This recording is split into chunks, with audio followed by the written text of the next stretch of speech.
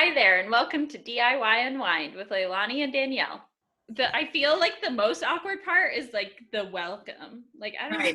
how to fucking I start know. a podcast episode. We're just gonna jump right in. Like that's just gonna We be just it. have to Like do it. we're just hopping on. Like Hey, without it being awkward. I we're I talking about feel like y'all. I feel Okay. like you need to do it, but just be like I'm like just putting it on you. Like you got I it. think you need to do it. Okay, what do I You can say? have the voice. I just think we like say we can break it up. We can break it up. I'll say hey there. And you can What say, and welcome. And I'll to? say DIY, unwind. Okay, we gotta redo that. Okay, so you're gonna That say was so rough. boom. There it is. That's it. Real talk about DIY. Okay. Hi there, and welcome to DIY Unwind with Leilanie and Danielle. I'm Leilanie from Destin Design. And I'm Danielle from DIY with Danielle.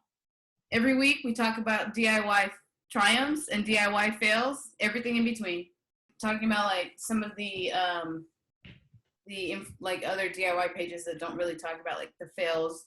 I think it's important to highlight the fails because isn't that part of like DIY itself? Like do it yourself, like you're gonna learn, you're gonna screw up, like nobody knows what we're doing, but Totally.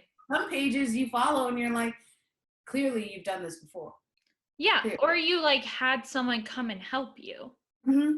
I know. Which is fine too. Like you can hire out work. You don't have to do everything by yourself. But when it's portrayed as like, I built this and everything went absolutely perfect, it just pisses me off. It pisses me off. I'm like, either you're lying or you're God. Or you know what? Like you're a professional and you're just not telling everybody. Like yeah, like you're not a DIYer then. If everything you've done is just perfect, you're not a DIYer. You're professional. You don't have so to stop. classify as DIY. Like this is no longer a DIY project. We cannot be friends anymore. Yeah. I'm Leilanie. I live in California with my husband, 2 kids, and 3 dogs. And we recently purchased our home in 2020 in the middle of quarantine in the heat of a pandemic. We were lucky enough to purchase a 1988 cookie cutter builder grade home, and we are working on making that a custom home to fit our needs. And so this is our ultimate project. I'm Danielle, and I live in Montana with my husband and 2 dogs. We bought in May of 2018 when I was still in law school, which caused all sorts of obstacles while we were beginning our house renovation. We bought a 1980 fixer-upper.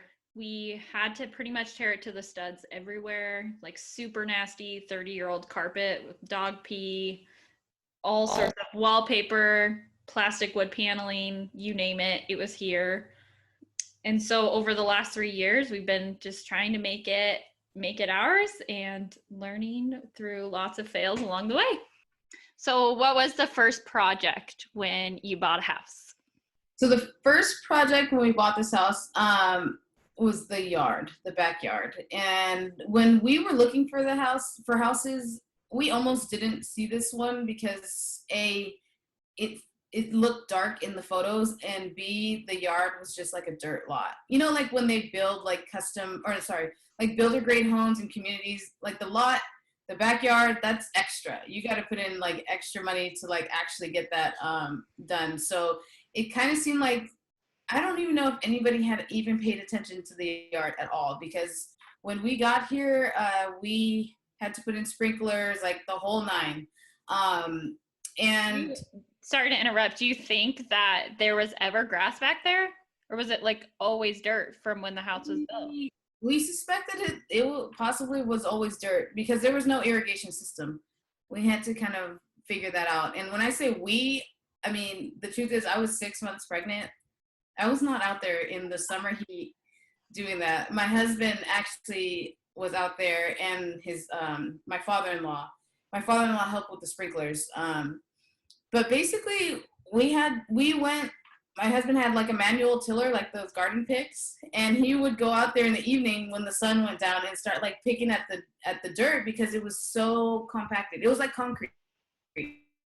That's We insane. debated on whether, yeah, it was bad. So we debated whether or not an actual like electric tiller was gonna work because it needed like somebody needs to get in there and like pull that dirt up. And we didn't want the tiller to kind of bounce back up as we're like going. Yeah, so there was a lot of, is this a good idea? Like to order this, like to rent this, like, you know, and so basically what happened is my husband would do it at night. And I feel like I always, whenever he'd go out there, of course, I feel like the neighbors, they probably think like, who the hell just moved in here? Because like they're out there with like this pick in the pitch of darkness, just like out there just slamming on the dirt. When, like I said, nobody's probably worked out in that yard ever, like ever. Yeah. So it was one of those like, who are our neighbors with that pick in the middle of the night, like picking at the dirt? Like, what are they trying to bury? Like, what is going on back there? You guys have a privacy fence, or is it like chain link, or like can people see in your yard? Yeah, people could see into the yard, like, because they could see from their second story for sure. Okay. Like, Yeah, that makes sense. so it was probably, I'm almost positive some people have caught us out there, like, picking that dirt at, like, the pitch of darkness with this big old pick. We probably scared them away. It's no wonder they don't follow us. Thinks you're like a serial killer. What are they trying to bury back there? Yeah, you're burying bodies in your brand new backyard. Right. Oh man, I one time I even recorded him. I'm like, you know, this is like, this doesn't look okay, but it's necessary. And it was, like I said, it was so hot when we moved here. It was maybe about, it would hit like over the hundreds. So he was not about to do that like in the middle of like the summer heat. It had to be done once the sun went down. And then and we had two options: seed, which would take months for that to grow, or sod, which obviously the risk with sod is like you don't do it right and you waste thousands of dollars on just material costs. Like, so we were and we have dogs. Like I had like you all know, I have 3 dogs. So what we had to do was pick a spot where basically we weren't gonna lay any grass, and like kind of keep the dogs there. Like whenever they came out, they'd go there, because if not, they would have destroyed the sod or the seed. Either way, we had to like divert them straight to their area and stay off the grass. And so we that was our first project, and we laid basically after that, soil was like, I'm going to say unearthed, basically, because it was like concrete. No longer. After that, soil was, oh my gosh. It took a lot. It took a little bit of like research, a lot of YouTube, to try to figure out like how to like nourish that soil, and make sure that like when we laid that sod, it wasn't just gonna die out. Like, you have no idea. It was our biggest fear when we laid the sod. Like, we would check to make sure, like, is this spot yellowing? Like, is there enough water going in there? Did you guys install underground sprinklers?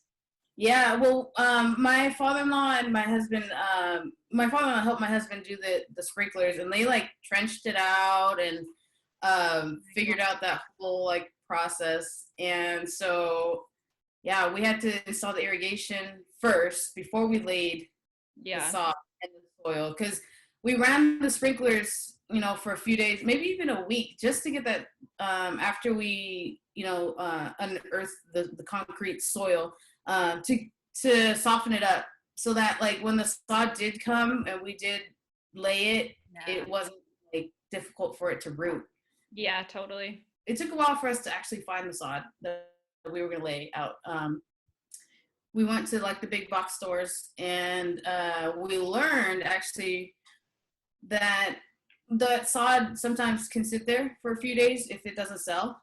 So you want to lay like fresh sod, just because if it sits out there for too long, it can already risk dying. And like I said, we were in 100-degree weather, so we actually sourced out like an actual like sod farm nearby, and like right, I know. I felt like such a professional. Like all the contractors were there, and me and my husband were just walking in. I'm 6 months pregnant. Like, hey, we need like a pallet of sod, and they're just looking at us like, okay, what are you guys doing here?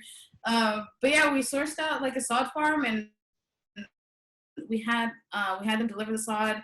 But it came out to be. I feel like at least maybe half the price of what it would have been at like a big box store.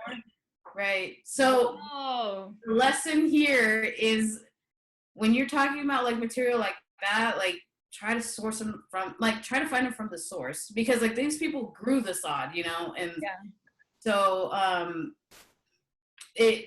you don't pay for that like third party delivery. Like if I were to buy it from a big box store, you're obviously paying that tax of like that sod farm bringing it straight to the store and then you buying it. So even if it takes a little bit longer for you to actually source that, it might be worth it.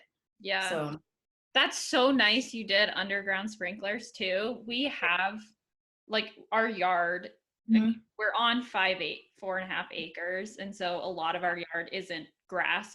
Our property isn't grass, but we do have like a yard area that's grass, but there's no underground sprinklers. So like all summer, I'm like out there. Well, I'm out there, Lane's out there, like moving sprinklers around. Oh my God. You have to move them to make sure you don't get like hose marks, and it's just like, right. Yeah. Eventually, we need to just do underground sprinklers, but we're not there yet, and it's so obnoxious. It takes, the underground sprinklers. It takes work, but like everything, you know, it's worth it in the end. Yeah. We learned the hard way. Back in 2013, our house, we tried to lay sod in the back. It was a small patch of sod compared to what we have here, and we didn't have sprinklers, irrigation, or anything like that. Luckily, I found this sod on like OfferUp or something. Like it was like end cuts of all these, like somebody had a project, like this company had a project that they had like all these end cuts, like, and so I tried to patch them all together. And first of all, this is what I mean by like trial and error. Like you will fail. Like talk about big fails. Like me and my husband that time spent like days like out there trying to lay the sod. We laid the sod, patched these little pieces together for like one big old section to fit. I mean, turns out like it looked great for like 3 days. And then it died because like the soil was too compact. And then we didn't really have like a proper sprinkler system. So like you said, we were moving things around and it just didn't work. So we ended up a month later with still dirt. So that was like wasted energy. You're like, all that work for literally nothing. So this nothing, like literally nothing, for like maybe a week of really cool pictures of like of green grass, and then done. So like let this be a lesson, like prepare the soil before you lay that seed out, because it will die and you will cry. I need to keep this in mind if I ever have to lay sod. For I don't sure. think we'll probably put grass anywhere else on the property. We have like a lot of natural grass and stuff like that on the hill and whatnot, but like we have enough grass. We had a couple areas that have died, and so we laid seed last summer and it worked like but sod probably would have solved the issue a lot easier. Yeah, it's always a balancing act, right? Time or money. Yeah. But what happened? Let it be known, if you lay seed, of course, because I've learned this lesson before. If you lay seed, put that topsoil. Like you have to put that topsoil up, because if not, like right on top of the seed, if not, the birds are just gonna eat everything that you just laid down. Like that's probably where we went wrong. I don't think we did that. Really? Yeah. No. So we're gonna have to redo one of the patches this spring, summer. So I'll remember that. I can't remember. I'll have to ask Wayne if we did that or not. Because before we moved here, we were in a rental, and the front yard was like dirt. Of course, I don't know why we just moved into dirt, but it's okay. We just like dirt houses. It's fine. It was just dirt, and so we laid seed one time, and we had this big window right in the front, and I swear it wasn't even a couple hours, and like a flock of birds came out, and I'm like, oh, there goes the $20 I just spent on seed. So we redid it, and I laid the topsoil on top, like, you know, the cheap bags of dirt, the topsoil. Yeah. And that, like, basically kept the birds away, and it wasn't like free food right in front of their face. So Okay, I'm gonna have to remember that.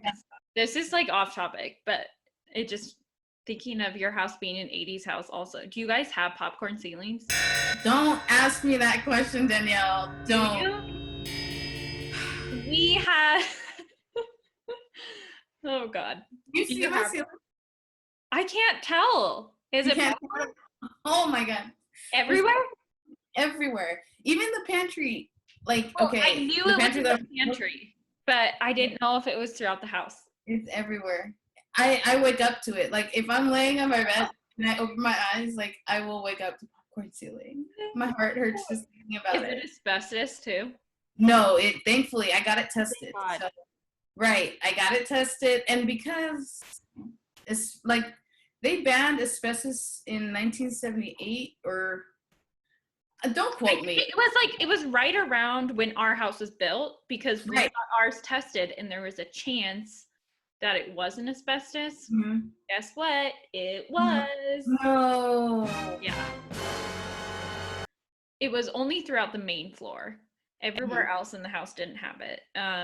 We got quoted by like an abatement company for $8,000. And then it gets worse because what we ended up doing is our main floor didn't have any overhead lights. Do you have overhead lights in your house?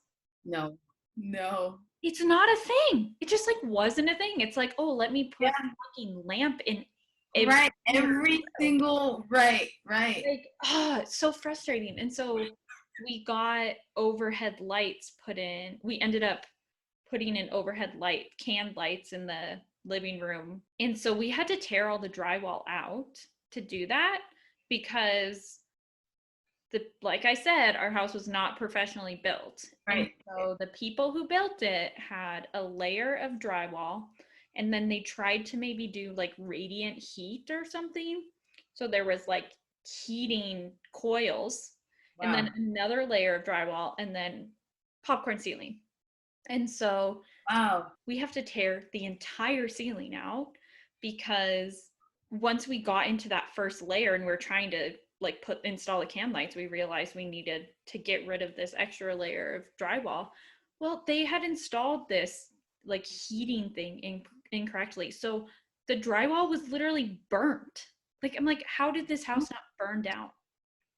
Oh my gosh. Yeah. And it wasn't hooked up. I found that though. Yeah, and it wasn't hooked up by the time we moved there, but at some point they obviously tried it. I'm like, what were they thinking? Putting heating in between two layers of drywall. Awful idea. It's like archaic. I know that stuff is so messy. It's so gross. I just did the closet, and just the closet, I literally feel like I already have PTSD. Like it's so messy. It's so messy. But I will get it out. Like, there's no way. Yeah. I can't. You know, like you said, you know, and I know they used it because it was easier, it was cheaper, you know, to hide all the imperfections, but I can't take it. I know. I hate it. But it's like one of those things that's one, super freaking tedious, and it's expensive to get stuff textured. Right. We ended up putting up like faux shiplap that we made, which it was like a DIY success and fail because now I absolutely hate it. But at the time, it was all we could afford. So we did like, you know, our whole living room for $200, and then had the ceilings textured and a couple walls textured. That was like $3,000 or something. I wish we could have afforded at the time to just texture the whole thing, but at the time it worked for you, right? Yeah, and that's what you have to do. I mean, I feel like that's part of like I don't ever feel like, I mean, I hate to say this, but I really don't feel like this house will ever be done, because I feel like there's certain things, like you said, like it works for me right now. I don't know if it's gonna work for me in 5 years. Yeah, I may have the time to change it and do what I think maybe better, but right now, like, this is what's gonna work. Yep, And exactly. I'm gonna live with it. I'm gonna be happy with it because I did it, and I'm not gonna redo it right now. I don't want to redo it right now. Right. And if you have a problem with it, then don't say it because it's my house. Yeah, don't come over then. You're not invited. Even come over. My God.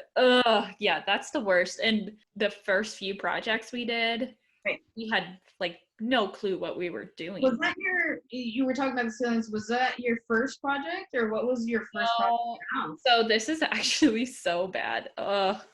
So we closed on, I think it was May 8th. I can't, it was May 8th or May 11th. Whatever, it doesn't matter. We close, and that day we got hammers and like pry bars, crowbars, like sledgehammers, anything and everything. All of our friends came over. We were having pizza and beer, and we start like knocking down walls. I knew this is where this was going. The first day. I had spent, through the house hunting process, I had spent so much time like pricing out what I thought everything was going to cost and blah, blah, blah. Our house was like extremely closed off.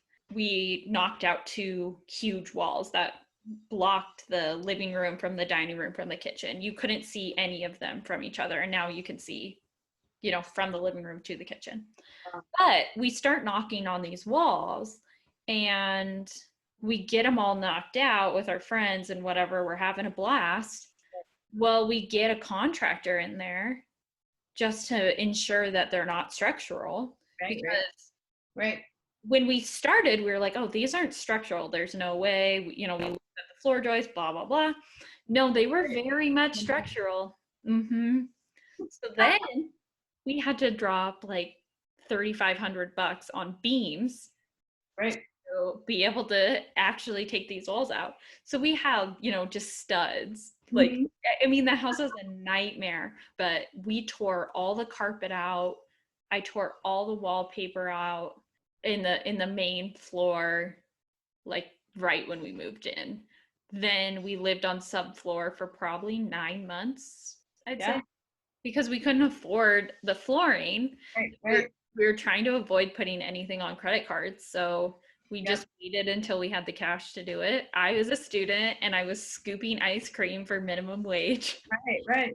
So, I mean, we would just like do little bits here and there. And we literally lived on subfloor for 9 months. It was awful, but the carpet that was there originally was worse. For sure. And it's funny you mentioned that because we lived in the last place we lived in, the carpet, it was old carpet, right? So me and my husband, we ripped the floor out and we lived on, we were like, okay, we'll just refinish the floors because we saw, of course we saw YouTube. And so we pulled up the corner of the carpet and we're like, oh, there's hardwood, or there's wood underneath here. We got it. So, we muscled through the carpet, the gross, disgusting carpet, and obviously had to get through the tack strips, all the staples, and then we go look and like, okay, the cost to sand this, like to rent the sander and do all the refinishing is clearly not within our budget. We should have looked at this beforehand. And so for a while we lived on like, there was like probably staples, like there were staples that we didn't even see that we stepped on and then found. Like it was just bad. Like why did we do that? Because the carpet was awful. So like I feel like I'm just like reliving that experience and you're telling me about the totally. Like, it's like no one wants to live in a construction zone, but like also no one wants to live on 40-year-old like dog pee infested. Right. It's like which one is the lesser of two evils? Yeah. I will live on the subfloor. I will live on the unfinished or old parquet floors that we were on, like that just are discolored in every corner. Like every room looked like a different color because it was so old. But I'll live on that before I live on the carpet, but I don't know what is on there. Like ew. Well, and I mean, it's hard to like narrow a first project because like we literally demoed the entire house. And then we're like, shit, we can't afford to fix it. Yeah. to put it back together. Our first project was just ripping our house apart. And then like, slowly as we got money, we started, you know, like making improvements. I mean, in the room I'm in right now, like I don't know if you can really see on screen, but this is that like plastic wood paneling. Oh no, you can't see it actually. That I just painted, but I had the 2 upstairs bedrooms. I'm in one of them. They were covered in wallpaper. So one of them was like this bright, obnoxious, like pink and red floral wallpaper everywhere. And then the other one, this room, was like wildlife wallpaper. It had like elk and like bears. It was so ugly. I'll have to show you a picture. Wow. I started scraping wallpaper and then realized it's wood paneling underneath. So we couldn't afford to get our whole house textured. Right. So I left the wood paneling and just painted it, but like one day we'll get it fixed. But I mean, like honestly, it looks just like these walls. I can't even tell that it's. Well, you can't tell because like my camera quality is bad, but if you were here, I promise. It looks great, Danielle. Like it looks so awesome. Well, that's what is like the funny thing about DIY fails is I look back on my Instagram in 2018 and like I posted pictures of the first bathroom that we redid. Right. And we tiled. It was our first tile project. And like in person, it is rough. Like it's not good. Like this is not the way it should. But when I posted it, I, you know, turned up the brightness and you know, like it looks like it's just perfect, and it is so far from that. It's like, just don't zoom in. Yeah, don't zoom in. Don't. And now it's funny because I'm like, this is what DIY is all about. I feel like when I started my Instagram page, I was like trying to be like one of those like home interior accounts. Yeah. Look at my beautiful house, and like because that's what you see, you know. Yeah, totally. That's exactly what you see. One, it's not in the budget, and 2, like I wanted a fixer-upper to be able to do projects. Like I want to be able to do them. Same. That's one thing my husband and I always talked about. It's like like buying a house. You know, there are some people who clearly want the completely finished like turnkey home, and they don't want to touch it. They just want to move their furniture in and live right in it. But my husband and I always talked about like finding the like ugliest house on the block. And I don't feel that any house is ugly. Like I'm thankful to have a roof over my head, bottom line. You know, it's one of those things where like, thank goodness, like we're here, you know, our family has a house. But yeah, like it's buy the ugliest house on the block and make it your own. Make it that home. Because even if I went into a turnkey home, it's not gonna be my style. Like I'm gonna change things, that's for sure. So do I pay? Like it's kind of one of those things. I feel like we were always like, okay, well we might as well, because we know we're gonna make some changes, like just go with the best value. We're best neighborhood where we can work on the house and make it our own, you know. And when we were house hunting, you know, there were houses that were move-in ready, but you look at like for example, our kitchen when we moved in was literally red cabinets and a red laminate countertop and bright yellow walls. Like I'm not kidding, that's what it was. And it is easy to be like, oh my God, I'm gonna rip this entire kitchen out. Right. Like it's like you look at that and you want to demo. For sure. Like, you do not feel bad demoing that kitchen. For sure. But when we were looking at some of the houses that just weren't like our style, like, you know, had oak cabinets that were nice, like they were good quality still, or, you know, like 90s style. And then maybe like a laminate or a granite that was like more browns or just not quite our style. Like you feel bad demoing that. It's like, this is a nice house. This is it's a good house, and this is someone's style. And for sure, with that. It's just not my style. For sure. It sucks to like want to make those changes, but not want to demo like good quality material, right? Yeah. And so like a lot of the stuff in our house has been easy to demo because this is because you don't feel bad about it. Yeah. And I think that's where one part of ours like definitely was like, I don't want to demo a move-in ready house For when sure. you could buy, one that really does need the help. But also like what you said, it doesn't feel like yours, there's an element of like, how do I make this house feel like my own? Right. Some people do get that by hanging up pictures or hanging up artwork. For sure. But for me, it's like I need to like do something to it. Yeah.